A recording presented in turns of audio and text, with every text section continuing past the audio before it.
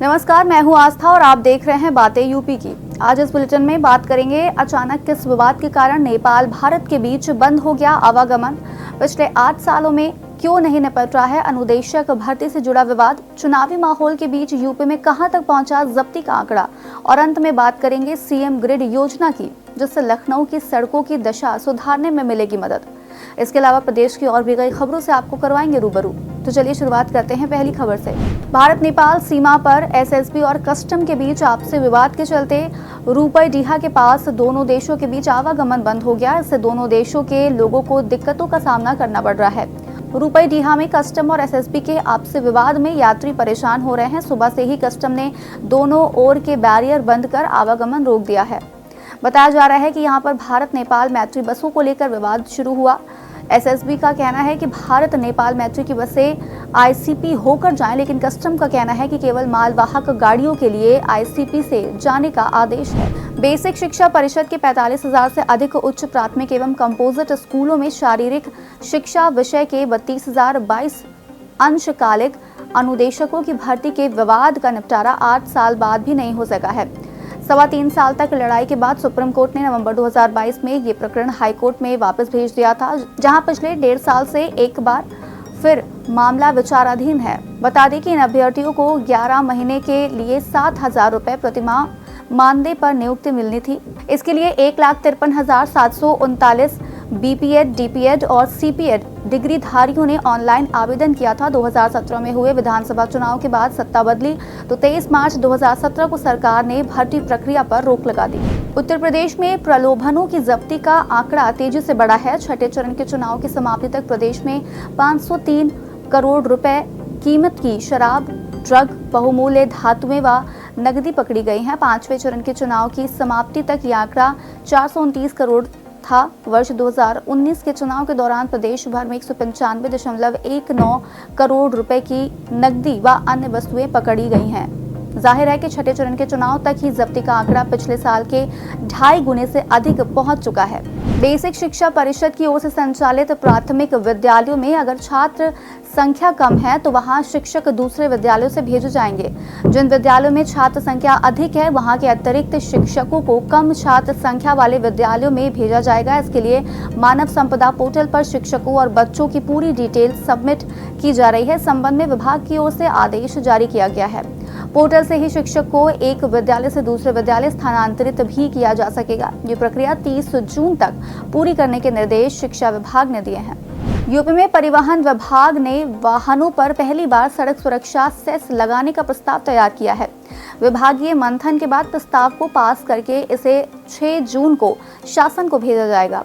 अफसरों का मानना है कि वाहनों के बढ़ते दबाव से सड़कें टूटती हैं। सड़क सुरक्षा सेस से आने वाले राजस्व से टूटी सड़कों का मेंटेनेंस तत्काल होता रहेगा। सड़क सुरक्षा सेस का आकलन वाहन कीमत के आधार पर किया जाएगा। प्रस्ताव के तहत छोटे वाहनों पर 1 तो भारी वाहनों पर 2% सेस लेने की योजना है। इसका मतलब किसी कार की कीमत अगर 10 लाख रुपए है तो उसे 10,000 रुपए सेस देना पड़ेगा, और किसी भारी वाहन की कीमत 30 लाख रुपए है तो उस पर सेस 30,000 रुपए होगा। वाहनों पर सेफ्टी सेस अक्टूबर 2024 तक प्रभावी कर दिया जाएगा। प्रदेश में नए सत्र 2024-25 में 115 फार्मेसी के और नए कॉलेज खुलने की तैयारी है। डॉक्टर एपीजे अब्दुल कलाम प्राविधिक विश्वविद्यालय यानी AKTU व शासन स्तर पर चल रही संबद्धता प्रक्रिया में नए सत्र के लिए 191 आवेदन आए हैं। इसमें सर्वाधिक कॉलेज फार्मेसी के हैं। साथ ही इंजीनियरिंग व अन्य कोर्स के भी कॉलेज शामिल हैं। कई कॉलेजों ने अतिरिक्त ब्रांच के लिए भी आवेदन किया है। अब तक आए आवेदनों को विश्वविद्यालय की ओर से संबंधित जिलाधिकारी को भेजा गया। साथ ही डीएम की ओर से आवेदक कॉलेज की भूमि और नक्शे की जांच करके अपनी रिपोर्ट ऑनलाइन विश्वविद्यालय को दी गई। लोकसभा चुनाव ड्यूटी से बिना सूचना के अनुपस्थित रहने वाले कार्मिकों के खिलाफ नगर कोतवाली में एफआईआर दर्ज कर ली गई है। डीएम नेहा शर्मा ने गैर हाजिर रहने वाले कर्मियों के खिलाफ उनके विभागाध्यक्ष को रिपोर्ट दर्ज कराने का निर्देश दिया था।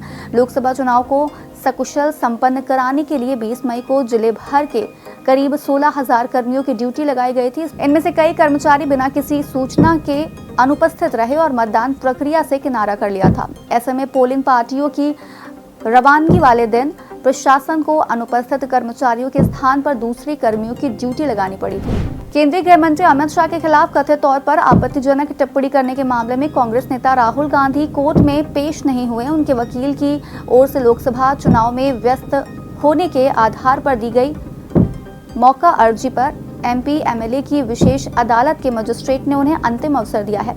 मामले में अगली सुनवाई 7 जून को होगी। बता दें कि राहुल गांधी पर आरोप है कि उन्होंने गृह मंत्री अमित शाह के खिलाफ आपत्तिजनक टिप्पणी की थी। 27 नवंबर 2023 को एमपी एमएलए की विशेष अदालत ने राहुल गांधी को विचारण के लिए तलब किया था। 20 फरवरी को राहुल गांधी ने कोर्ट में हाजिर होकर अपनी जमानत कराई थी। देश की पहली अर्बन रोपवे ट्रांसपोर्ट सुविधा को धरातल पर उतारने की तैयारी है। सिगरा से रथ यात्रा के बीच 2 टावर स्थापित हो चुके हैं। आगे का तीसरा टावर बाद में लगेगा। पहले चरण में कैंट से रथ यात्रा के मध्य कुल 18 टावर बनने हैं। अब विद्यापीठ रोपवे स्टेशन को अंतिम रूप देने की कोशिश है। रोपवे प्लेटफॉर्म बनना शुरू हुआ है। इलेक्ट्रोमैकेनिकल उपकरणों का इंस्टॉलेशन किया जाने लगा है, क्योंकि यहीं पर गोंडोला की गति धीमी व तेज होगी। गोंडोला पर यात्री यहीं पर सवार होंगे और उतर सकेंगे। पूरा काम स्विट्जरलैंड के इंजीनियरों की निगरानी में किया जा रहा है।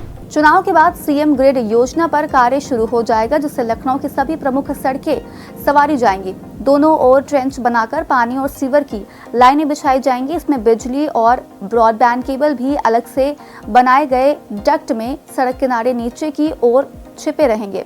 किनारे हरियाली और थोड़ी थोड़ी दूरी पर पार्किंग की जगह। बता दें कि योजना के तहत कालिदास मार्ग से 12 किलोमीटर के दायरे में ये विकास होगा। बताया जा रहा है कि सभी यूटिलिटी जैसे कि सीवर, पानी, बिजली, टेलीकॉम से संबंधित लाइनें सड़क किनारे होंगी। ऊपर पैदल चलने के लिए फुटपाथ बनेगा। इससे लाइनों की मरम्मत के लिए सड़क काटने की जरूरत नहीं पड़ेगी। आज का यूपी में फिलहाल इतना ही। अपने शहर की बड़ी खबरों का अपडेट पाने के लिए बने रहिए हमारे साथ और देखते रहिए बातें यूपी की।